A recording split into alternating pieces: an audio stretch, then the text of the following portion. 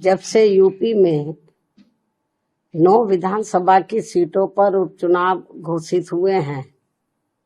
और इस बार इन सभी विधानसभा की सीटों पर बीएसपी भी अकेले ये चुनाव लड़ रही है, तो तब से बीजेपी व सपा गठबंधन की नींद उड़ी हुई है। जब से उन्हें मालूम पड़ा कि बीएसपी भी 9 विधानसभा की सीटों पर बाई इलेक्शन लड़ रही है,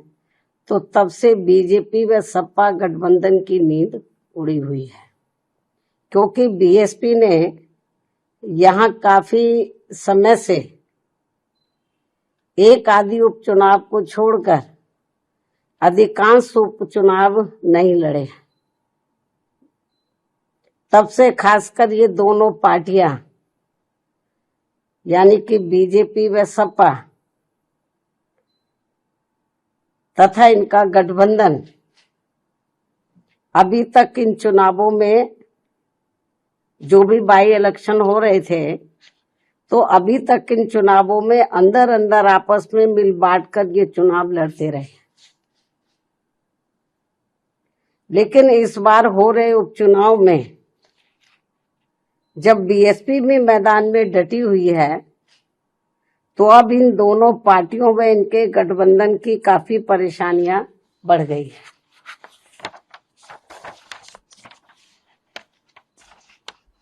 जिससे जनता का ध्यान बांटने के लिए अब बीजेपी बटेंगे तो कटेंगे और सपा एंड कंपनी के लोग क्या कह रहे हैं, जुड़ेंगे तो जीतेंगे।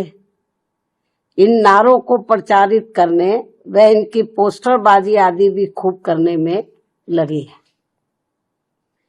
जबकि इनकी हर मामले में रही दोगली सोच व नीतियों को ध्यान में रखकर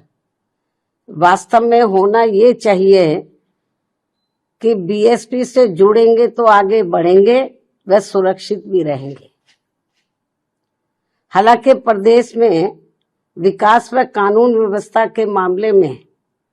बीएसपी की रही सरकार की तुलना में बीजेपी की वर्तमान में चल रही सरकार से व इसके पूर्व में सपा के रहे शासनकाल से भी जनता को ये जरूर सोचना चाहिए कि इन तीनों में से केवल बीएसपी का ही शासनकाल काफी बेहतरीन रहा। ऐसे में इनको ये हवाई नारों, ऐसे में इनको प्रदेश की जनता को इनके ये हवाई नारों व पोस्टरबाजी आदि के चक्कर में बिल्कुल भी नहीं पड़ना चाहिए। इसलिए अपनी कमियों की वजह से ही अब बीजेपी के लोग ये नारा लगाकर उपचुनाव में वोट मांग रहे हैं कि बटेंगे तो कटेंगे, ये नारा लगाकर वोट मांग रहे हैं, तथा वही सपा के लोग भी ये नारा लगाकर वोट मांग रहे हैं कि जुड़ेंगे तो जीतेंगे। जबकि इनकी आड़ में ये दोनों पार्टियां यहाँ के लोगों को केवल गुमराह कर रही है। इन नारों की आड़ में तो ये दोनों पार्टियां और इनके गठबंधन यहाँ के लोगों को केवल गुमराह कर रहे हैं, जिनसे इन सीटों के वोटरों को, मतदाताओं को सावधान रहना बहुत जरूरी है। ये केवल अपनी कमियों पर से ध्यान बांटने के लिए इस किस्म के ये नारेबाजी कर रहे हैं, पोस्टरबाजी कर रहे हैं, तो यहाँ की जनता को गुमराह करने के लिए।